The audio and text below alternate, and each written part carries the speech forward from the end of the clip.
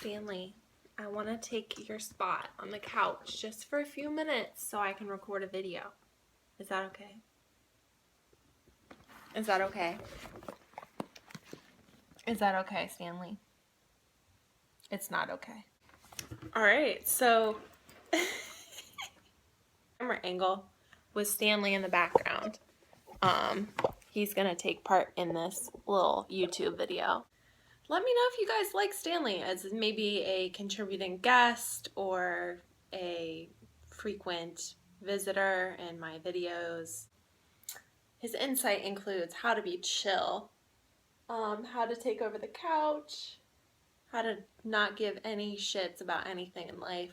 Oh, hi everyone. Oh my god, this is too funny. Okay, so I'm gonna get going on this video. So I have been much better about making YouTube videos recently. One of the main reasons actually is because Paul Ravella, so I was in Florida, I mentioned this to you guys. So I was in Florida for Paul's Team Pro Physique camp, and I was able to work with Paul for quite some time, a couple days before the camp actually started, and he really inspired me to just put content out there. Like, it doesn't matter if your video is perfectly edited. It doesn't... All right, Stanley. No. Stanley. Stanley, please stop. Stanley, don't do that.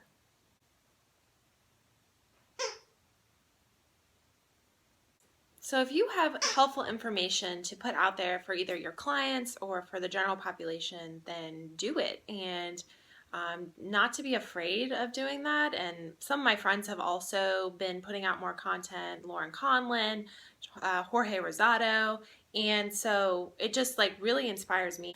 And once I hit 10,000 subscribers, this is my plan. So right now I actually use my phone for all my videos. Once I hit 10,000 subscribers, I am going to buy a camera. So if you guys, I don't know, if more people subscribe, I think I'm at about 7,600 right now or something. If more people subscribe, then I will buy a camera, or maybe when I hit 100,000 on Instagram. One of the two. I'm gonna decide. I want to do a giveaway though on Instagram once I hit 100,000, and I'm thinking either de novo white cake. I'll purchase it, or like I'll give it to you myself. I'm not gonna like ask de novo to do it. Either de novo white cake, or maybe like if you live in Columbus, like a training session with me, or like just like to meet me. I don't know. What would you guys be interested in? I guess that limits it to just people in Columbus. So maybe not that. I don't know. Anyways, so today's video, that was a long intro. Distraction. And Stanley is now laying beside me, so this is good, and he's not squeaking his toy. So today's video is going to be about accessory work and power building, about powerlifting and accessory work. So power building.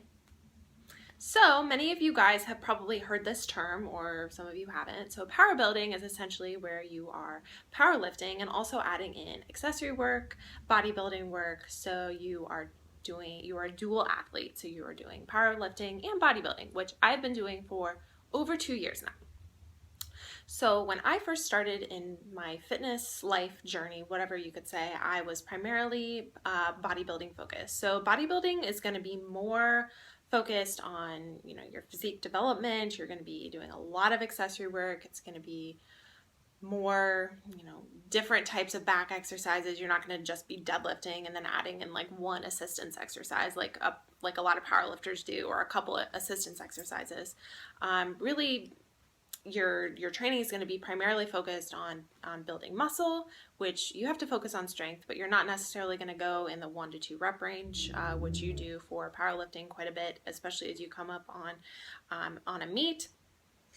So people ask me all the time, how do you incorporate bodybuilding into your powerlifting program? So it's going to be different for everyone. So I think first of all, you have to determine, what is your main focus? Is your main focus powerlifting? Is your main focus bodybuilding? Or are you doing a show? So if you're looking to do a show, let's say in the spring, Your primary focus should not be powerlifting. Now you can add it in, of course, but your primary focus should be on developing your physique for your show that's coming up. Primary focus is going to be on bodybuilding. Now, if you have a powerlifting meet coming up, then obviously your focus is going to be more on powerlifting. So when people ask me this question, my answer is it depends on what your goals are, and it depends where you are in your season. So for me, the last time I competed in bodybuilding was a year and a half ago. And 2 years ago, I won my pro card, my IFPA natural figure pro card. So I've competed in figure many times, and I have also competed in powerlifting many times, which is my primary focus now. So in different times during your season, so let's say in your bodybuilding season or your powerlifting season, one is going to take a front seat and one is going to take a back seat. You cannot be the best powerlifter at the same time you are the best bodybuilder that you're going to be. So at different points during my season or during my journey, I have focused on different things at different times. So in 2014 and early 2015, my primary focus was bodybuilding. So my workouts were not as powerlifting heavy. We're not focused on that quite as much. I had quite a bit more accessory work that I added in.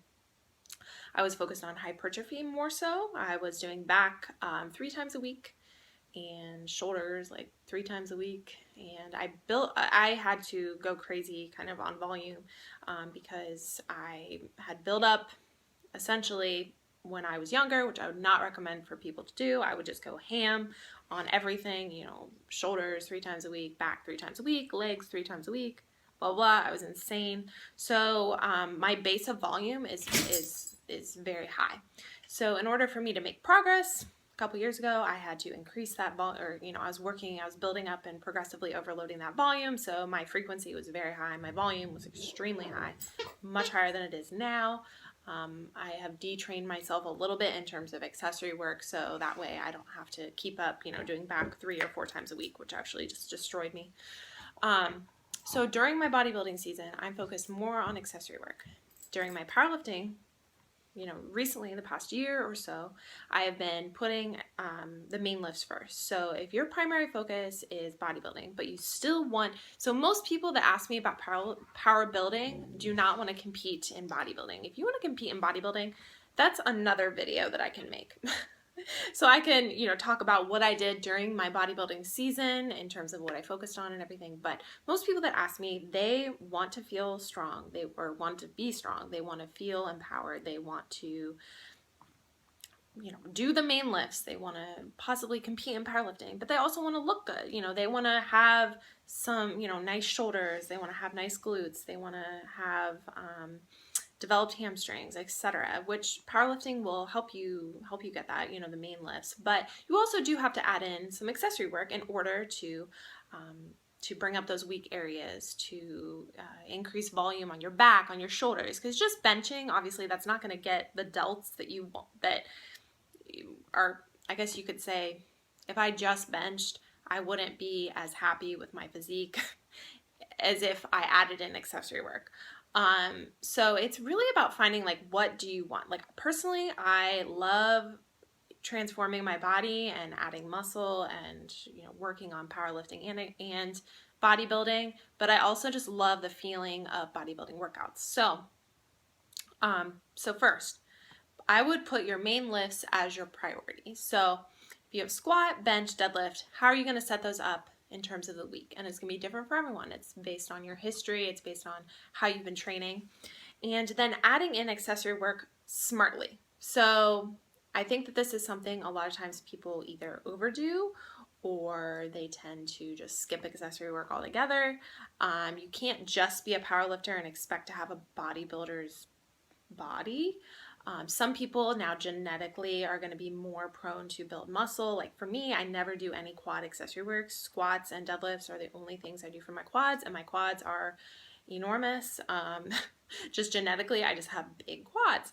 Now, my hamstrings are something that I've had to work on a little bit more. So So first of all, think about your program for bodybuilding, because your main lifts for powerlifting, because your main lifts are going to take more energy.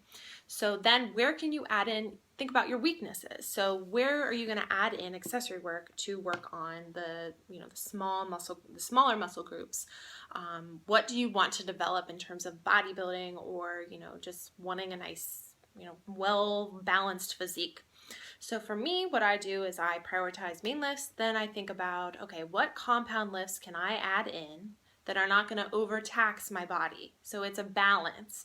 It's not about how much accessory work can I pound in and, kill myself, and, like, I'm going to go do deadlifts, bench, and then I'm going to do 8 different exercises on back. No, because that's not sustainable. You're gonna die. Well, you're not gonna literally die, but you're gonna feel like death, likely, if you do that much. So for me, I pick a couple. So what are the most bang for your buck accessory movements that you can add in, and how much is sustainable for you? So this is going to take a little bit of like play. You're not going to just know. This is why it's helpful to have a coach, because they can program what they think will be best for you in terms of sustainability, and longevity, and good for your body and keeping healthy, etc. Because you don't want to add in so much accessory work where you are just like dying and you can't sustain it. You might do it for a week, and then you might feel like you're getting injured because you're doing back 4 times a week and shoulders 4 times a week on top of benching and squatting and deadlifting. So you have to think about what is sustainable that you can add in. What is the biggest bang for your buck? So the biggest bang for your buck in terms of accessory movements are going to be compound exercises. So pull-ups, rows, overhead press, glute ham raises, hip thrusts, etc. But you can't be so gung-ho about those that you add in a ton of shit where then you're sore every single day. Like, you don't want to do that. So you want to slowly add in things. Maybe pick 2 compound back exercises that you want to add in per week, and 2 isolation back exercises you want to add in per week, or 2 shoulder exercises that you want to add in per week that are compound, and then 2 isolation. So compound would be overhead press, isolation would be like lateral raises or rear delt raises or something of that nature. So really, you want to prioritize what are your goals, then, okay, what is the biggest bang for my buck? So obviously that's going to be compound exercises that you're going to add in for accessory work. But what is sustainable? So you want to make sure that you're adding in things that are not going to kill you. So if you're doing a ton of pull-ups and a ton of rows, like, okay, that's probably going to affect your deadlift and your squat, because you're going to feel like really tired in your back, and also your bench, because you have to utilize a lot of your upper back for tightness for your arch. So, okay, so think about sustainability. So this is where it really is helpful to have someone to be accountable to, a coach, a friend that you can talk to and plan out your training. And make sure that you're also taking adequate rest. So you don't want to be in the gym. I would not recommend being in the gym 7 days a week. You can, but you're likely going to get injured or have tweaks or whatever it may be, and your body is just going to have a hard time recovering. Especially if you're in a deficit or something like that and you're trying to push yourself, crazy amounts of volume, you're not going to be recovering well.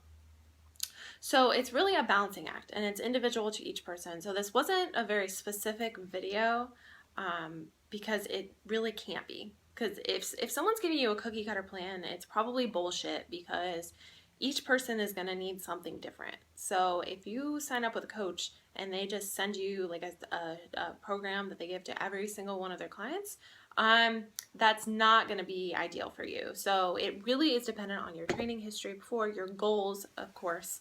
If you want more bodybuilding goals, then there's no reason that you should be, doing heavy singles on squats if you're not competing in a powerlifting meet. So it's really being mindful of your training and thinking about like, what are your goals? So also too, if you're squatting one time per week and deadlifting 1 time per week, you should not all of a sudden be squatting 3 times per week and deadlifting 3 times per week. That's ridiculous. So you need to work up slowly in your volume, add in variations too. This is something that I definitely do for a lot of my clients or I'm adamant about. If you are not competing in powerlifting, add in some variations. You don't need to deadlift 3 times per week. Maybe one day do block pulls, One day do normal deadlifts and one day do rack pulls or something like that. If you want to add in some sort of deadlift variation 3 times a week, which would be a very advanced training program.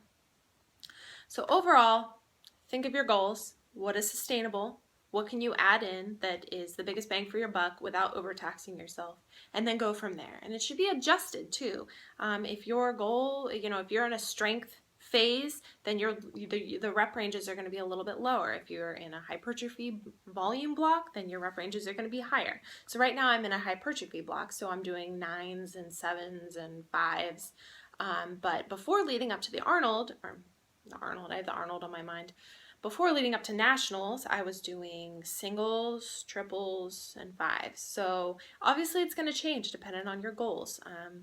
And so I hope that this was helpful for you guys in terms of, thinking about some main things that will help you really craft your training program to fit your needs. So it's going to be different for everyone. So hope this was helpful. I'm getting better at these videos. Are you guys proud of me? Let me know. And also to note, I announced my trip with Ryan Doris to Australia. We are coming for a seminar. So we're going to be in Sydney. So if any of you guys are going to be in Sydney, then you can email SydneyLiftingCamp@gmail.com and I will send you all the details. We're really excited. December 10th. It's going to be a lot of fun. So can't wait to travel to Sydney. I have never been outside the US except for Canada. So it'll be an interesting trip and I can't wait. I'm going to be in Australia for 3.5 weeks and I'm going to miss Stanley so much. Look at him. I'm dying. He needs to be in more videos, him and my dad. So maybe I'll get would you guys want like a question and answer with my dad? That would be fun.